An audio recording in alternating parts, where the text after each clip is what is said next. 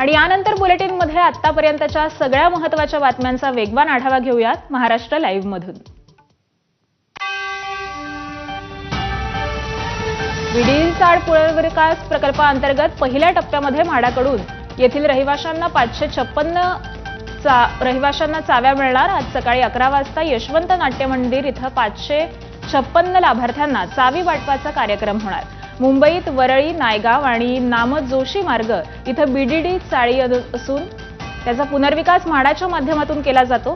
सुमारे 92 एकर जागेवर 195 बीडीडी चाळी असून त्यामध्ये 15,593 सदनिका, गाळे आणि व्यावसायिक स्टॉल आहेत।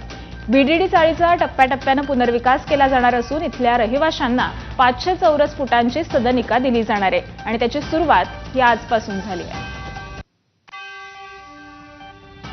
उपमुख्यमंत्री एकनाथ शिंदे आणि आदित्य ठाकरे आज एकाच मंचावर येणार आहेत। म्हाडानं बीडीडी चाळ अंतर्गत पुनर्विकसित केलेल्या 2 इमारतींच्या सदनिकांचं आज चावी वाटप होणार आहे। 556 घरधारकांना चाव्यांचं वाटप होणार आहे। या कार्यक्रमाला मुख्यमंत्री देवेंद्र फडणवीस, उपमुख्यमंत्री एकनाथ शिंदे, अजित पवार यांच्यासोबत अनेक मंत्री हजर राहणार आहेत। तसंच स्थानिक आमदार म्हणून यावेळी आदित्य ठाकरेंनाही निमंत्रित करण्यात आलंय। मुंबईकरांसाठी महत्त्वाची बातमी। 15 ऑगस्ट पासून मुंबईकरांसाठी नवीन मरीन ड्राईव्ह खुला होणार। कोस्टल रोडच्या शेजारी 5.5 किलोमीटर लांबीचा नवा मरीन ड्राईव्ह बांधण्यात आलाय। मुख्यमंत्री देवेंद्र फडणवीसांच्या हस्ते आज या नव्या विहार क्षेत्राचं लोकार्पण होणार। तर 15 ऑगस्टला संध्याकाळपासून हे क्षेत्र सर्वसामान्य नागरिकांसाठी खुलं होणार आहे। या विहार क्षेत्रावर सायकल ट्रॅकसह दिव्यांगांसाठी व्हीलचेअर सुविधा देखील असणार आहे। आज मुख्यमंत्र्यांच्या हस्ते कलानगर पूल आणि SCLR कन्सल्टेशन्सचं उद्घाटन होणार आहे। मात्र या कार्यक्रमासाठी ठाकरेंच्या शिवसेनेचे स्थानिक आमदार वरुण सरदेसाईंना कार्यक्रमाचं निमंत्रण नसल्यानं सरदेसाई हे नाराज आहेत। स्थानिक आमदारांचं नाव निमंत्रित पत्रिकेवरती न टाकणं राजशिष्टाचार विरोधात असल्याचं सरदेसाई यांनी एक्स पोस्ट करत म्हटलेलं आहे। दादरच्या कबूतरखान्यासंदर्भात मुंबई हायकोर्टानं मोठा निर्णय दिलाय। कबूतरखान्यांवरील बंदी कोर्टानं तुर्तास कायम ठेवली आहे। तर त्याचवेळी कंट्रोल फिडिंगच्या निर्णयाचा चेंडू कोर्टानं पालिकेच्या कोर्टात टाकलाय। त्यामुळे कंट्रोल फिडिंगबाबत महापालिका काय निर्णय घेतं हे पाहणं महत्त्वाचं ठरणार आहे। दरम्यान 20 ऑगस्ट पर्यंत तज्ज्ञांची समिती स्थापन करून ही समिती आपला अहवाल हा पालिकेकडे सुपूर्द करेल। त्यानंतर या अहवालावर हरकती आणि सूचना या मागवल्या जातील। यानंतर पुन्हा 4 आठवड्यांनी पुढील सुनावणी होणार असल्याचं कोर्टानं म्हटलंय। आरोग्यासोबत आस्थेकडे पण लक्ष दिलं पाहिजे। कबूतरखान्याच्या सुनावणीनंतर मुख्यमंत्री देवेंद्र फडणवीसांनी प्रतिक्रिया दिली आहे। कबूतरखान्यावरील बंदी हायकोर्टानं तुर्तास कायम ठेवण्याचा निर्णय घेतलाय। तर 20 ऑगस्ट पर्यंत तज्ज्ञांची समिती ही स्थापन होणार आहे।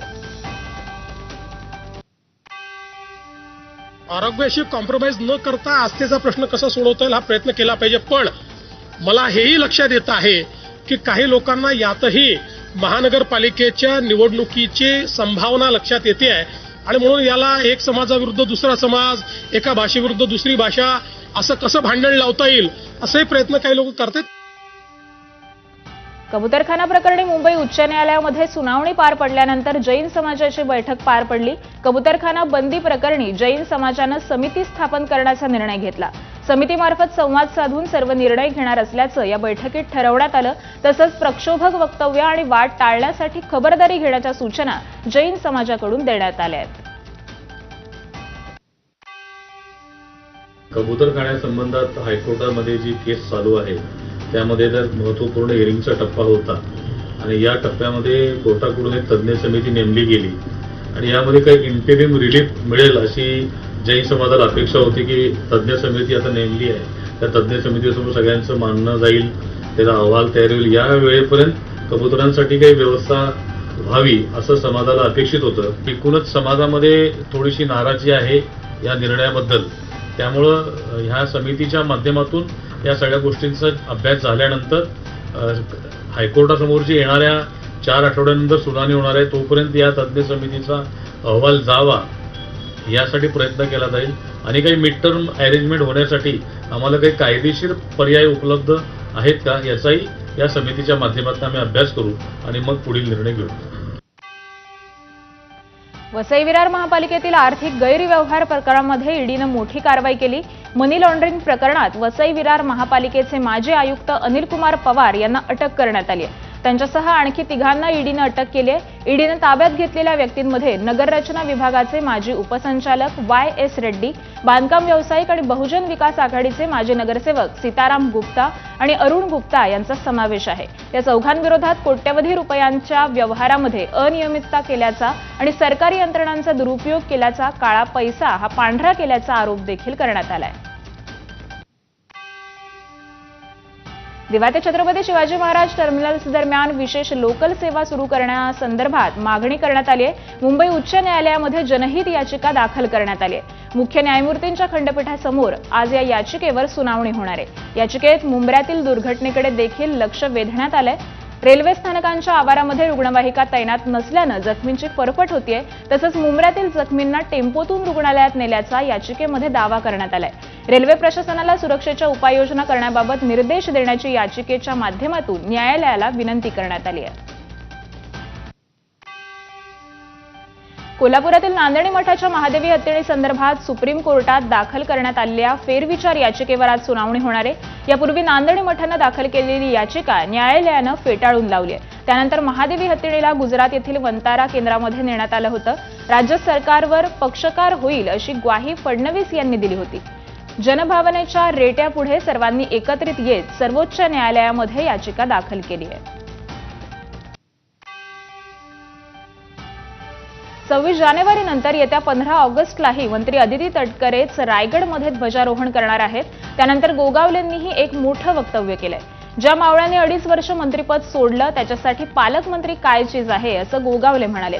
पालकमंत्री सोडल्यानं इतिहासात माझं नाव कोरलं गेल्याचं देखील गोगावलेंनी यावेळी म्हटलंय. तर यामुळे गोगावलेंनी रायगडच्या पालकमंत्री पदावर पाणी सोडलंय का अशी चर्चा आता राजकीय वर्तुळात रंगली आहे. ज्या मावळ्यांनी 2.5 वर्ष मंत्रिपद सोडलं तर पालकमंत्रीपद किस बात की चीज आहे. ज्या 2.5 वर्षाचं मंत्रिपद हल्ली कोण ग्रामपंचायतीचं सदस्यपद सोडत नाही तर मंत्रिपद सोडणं दूरच राहिलं. महाराष्ट्राच्या इतिहासामध्ये बरेचसे नाव कोरलं गेले. लक्षात ठेवा की मंत्रिपदाचं दिलेलं नाव आम्ही थांबवलं म्हणून. मंत्री भरत गोगावलेंनी सुनील तटकरेंना टीका करत त्यांना इशाराच दिलाय. खासदार सुनील तटकरेंची उलटी गिनती आता सुरू होणार असल्याचं मंत्री गोगावले म्हणाले.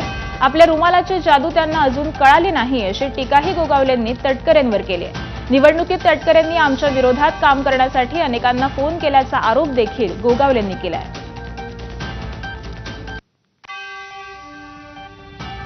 या महाराष्ट्रामध्ये एक पण सीट आणता आली नव्हती.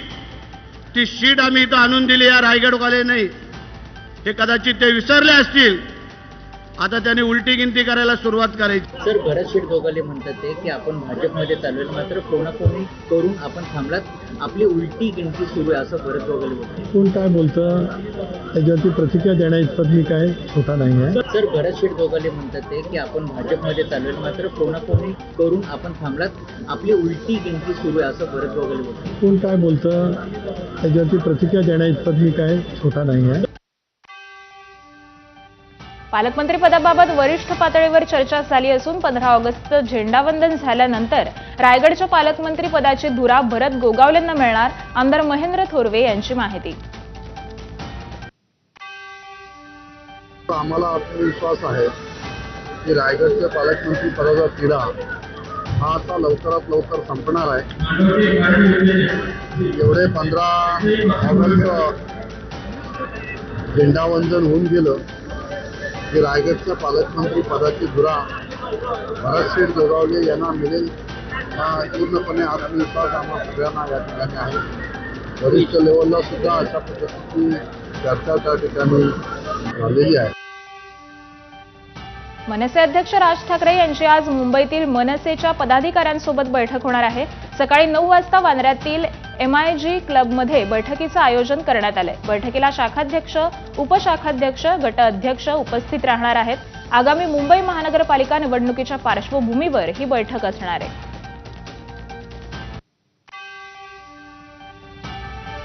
राज्यातील शाळांमध्ये आज विभाजन विभीषिका स्मृती दिन साजरा करण्याचे आदेश राज्य सरकारकडून देण्यात आलेले आहेत. राज्यातील सर्व माध्यमिक आणि उच्च माध्यमिक शाळांमध्ये विभाजन विभीषिका दिन साजरा केला जाणार आहे. 1947 साली फाळणी दरम्यान बळी पडलेल्या लोकांच्या स्मरणार्थ विभाजन विभीषिका दिन हा साजरा केला जातो. पंतप्रधान मोदींनी 2021 पासून हा दिन साजरा करण्याची घोषणा केली आहे. कल्याण पूर्वेतून विधानसभेत अपक्ष निवडणूक लढवलेले महेश गायकवाड यांनी उपमुख्यमंत्री एकनाथ शिंदेंची भेट घेतली. कल्याण पूर्वेतील विकास कामांसंदर्भात भेट घेत असल्याची माहिती आहे. तसंच 1 दिवसासाठी चिकन मटणाची दुकानं बंद केली तर काही फरक पडणार नाही असं कल्याण पूर्वेतील नागरिकांचं मत असल्याचं देखील महेश गायकवाड यांनी सांगितलंय. कल्याण डोंबिवली महानगरपालिकेनं 15 ऑगस्टला मटण आणि चिकन विक्रीवर बंदी कायम ठेवण्याचा निर्णय घेतलाय.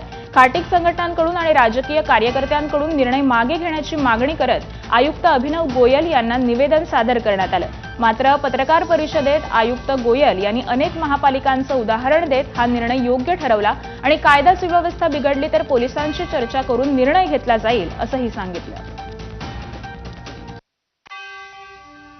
राज्य शासन निर्णय आहे की स्थानिक पातळीवर निर्णय घेण्यात यावा आणि महानगरपालिकाच्या अधिनियममध्ये पण त्याचा आहे. म्हणून हे स्थानिक पातळीवर निर्णय अगोदरपासून घेण्यात आलेला आहे आणि त्याच धर्तीवर यावर्षी पण घेण्यात आला. जसं मी की मागे सांगितलं की आता जे आधी आपल्याला काही निवेदन किंवा काही संघटनाचे पत्र प्राप्त झाले त्याच्यावर विचार विनिमय करून योग्य ते निर्णय घेण्यात येईल. नाशिकमध्ये ध्वजारोहणाची संधी न मिळाल्यानं भुजबळ नाराज असल्याची चर्चा आहे. गोंदिया जिल्ह्याचे पालकमंत्री बाबासाहेब पाटील यांच्या गुडघ्याचं ऑपरेशन झाल्यानं त्यांना सध्या हालचाल करणं शक्य नाही. त्यामुळे त्यांना ध्वजारोहणासाठी जाणं शक्य नव्हतं.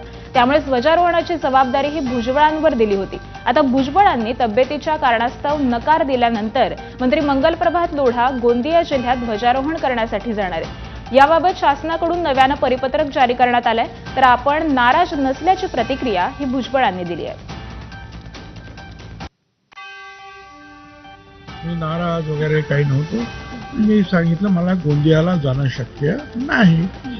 त्यामुळे त्यांनी माननीय लोढा यांना गोंदियाला ते पाठवतात. मी नाराज वगैरे काही नव्हतो. मी सांगितलं मला गोंदियाला जाणं शक्य नाही. त्यामुळे त्यांनी माननीय लोढा यांना गोंदियाला ते पाठवतात. छावा संघटनेच्या कार्यकर्त्यांना मारहाण केल्यानं हकालपट्टी झालेल्या सूरज चव्हाणांना पक्षाकडून पुन्हा संधी देण्यात आली आहे. सूरज चव्हाण यांच्याकडे राष्ट्रवादीच्या प्रदेश सरचिटणीस पदाची जबाबदारी देण्यात आली आहे. 22 जुलैला राष्ट्रवादीच्या युवक प्रदेशाध्यक्ष पदावरून चव्हाण यांची हकालपट्टी झाली होती. या कारवाईला महिना होत नाही तो चव्हाण यांना पुन्हा संधी देण्यात आली आहे.